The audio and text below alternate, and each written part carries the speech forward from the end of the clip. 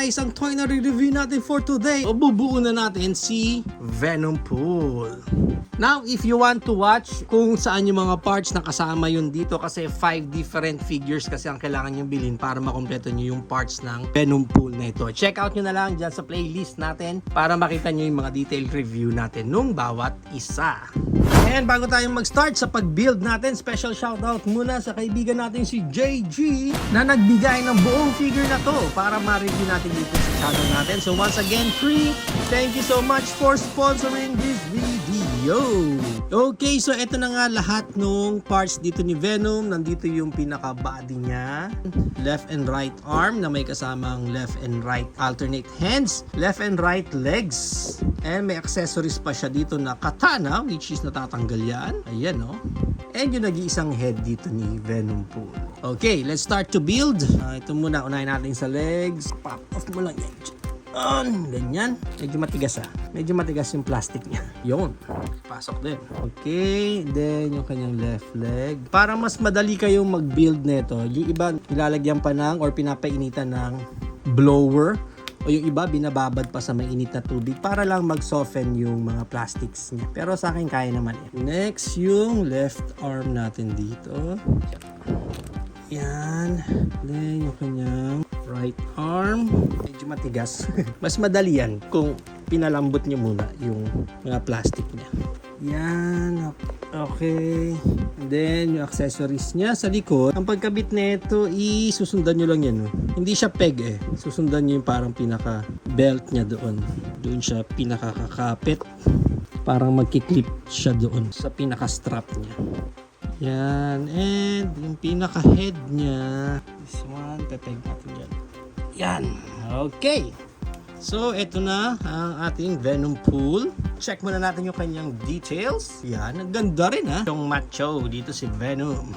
Ang ganda rin ng details. And yung pinaka-strap ng belt niya, hindi yan nakadikit sa kanya. Talagang nakaseparate yung belt niya tsaka itong strap niya. Okay, yan pa yung details niya. Nice yung mga chain effects niya dyan. Yan.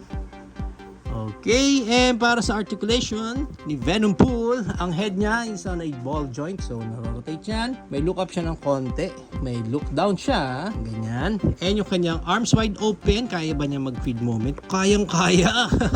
Nice, kayang-kaya niya mag-arms wide open kahit ang lalaki ng braso niya. So, naro-rotate din yan ng ganyan. Dito sa bicep niya, naro-rotate din yan. And yung kanyang elbow, nice! Ganda rin yung fold ng elbow niya.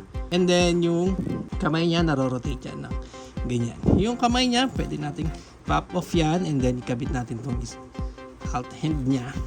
Actually, ito palang strap niya dito yan. Pwede rin matanggal yan. So, pwede nyo siguro ilagay yun sa ibang figures din. So, ganun din dito sa kabila. Tanggalin na din natin to. Ngayon, ipalit natin itong kanyang weapon wielding na hands. Sa abs niya, parang konti lang yung kaya niyang magawang articulation dyan. Hindi siya gaanong makapag final countdown. Hanggang ganun lang talaga Medyo limited yung sa ab crunch niya. Medyo limited. Pagdating sa waist rotation niya, yan, naro-rotate niya ng ganyan. Sa legs niya, may split siya na ganyan. Kaya niya ang Van Damme split. Kahit papano, kahit maikli yung mga bias niya dyan. And yung high kick niya, oh nice. Kapag high kick pa siya. Yung back kick, wala gaano. Tumatama yung kanyang butt. Yung thigh rotation niya dyan, meron dyan. And yung knee bend niya, double jointed yan. So, kaya niya ma-fold ng ganyan. Paa niya, may down and up na ganyan. And may tiltage din siya, which is good. Maganda yung mga articulation nito. Now, ilagay naman natin yung mga weapon niya, which is itong kanyang katana. Yan. Para lang makita natin yung naka-itsura niya. Yun. Nice, Ganda. Ang ganda rin, Ang ganda rin. Nice. Ganda, check muna natin yung height dito ni Venompool. 7.5 inches.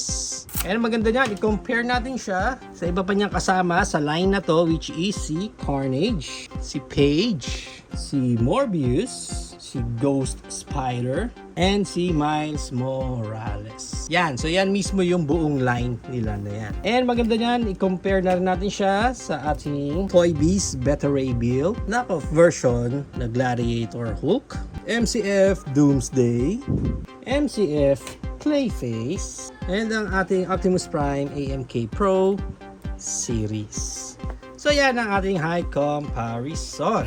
Now, if you are planning to buy this Venom Pool, ang price range niya ng aftermarket na. Kasi nga, for you to get itong build-a-figure na Venom Pool na ito, kailangan makompleto mo yung 5 set ng toys na yon. Pero, aftermarket na yan, may mga nagbebenta na naka-build na mismo yung figure na to. Which is, ang price range niya is from 2,500 up to soaring high ng 4,500.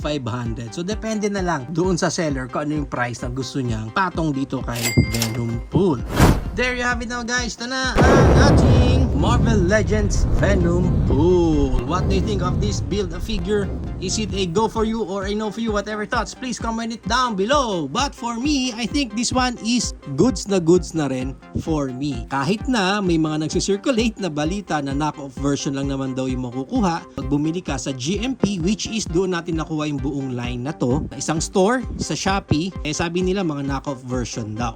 So if you want to watch yung buong detailed review ng buong 5 figure natin na yun, check nyo na lang dyan sa playlist natin. Sabi nga nila, halos karamihan ng kukuha ng wave na yon is para lang dito sa Venom Pool na to. Kasi pag yung pinaka-authentic talaga netong Venom Pool, talagang medyo pricey siya. So nung nag-offer yung GMP ng mga around 500 to 600 lang per piece, makukuha mo na yung mga parts niya, parang medyo sulit na rin siya. Kung knock-off ba ito or authentic, I let you decide with that. Kasi wala pa naman akong original ng Venom Pool. So personally, wala akong maiko-compare dito side by side. Pero I think kung hindi naman issue sa'yo kung authentic or bootleg yan, and gusto mo lang makadagdag ng mga buff mo sa collection mo, I think magandang addition na itong Venom Pool na to. Especially kung ididikit mo siya sa mga iba build-a-figure or mga malalaki mo pang figure, di ba? Ang ganda nila pag sa display, no? Pag kasama niya na yung mga giants din sa display mo. So tulad ng ginagawa ng iba, binibili nila ng isang set na yung buong wave, and then si Venom Pool lang yung kinukuha nila, and then binibenta nila yung mga separate characters na yan. How about you guys? Let me know sa comments down below kung ganun din ba ang gagawin mo, kukuha ka ng buong set para lang dito kay Venom Pool, or ikikip mo din yung mga ibang figure na kasama niya.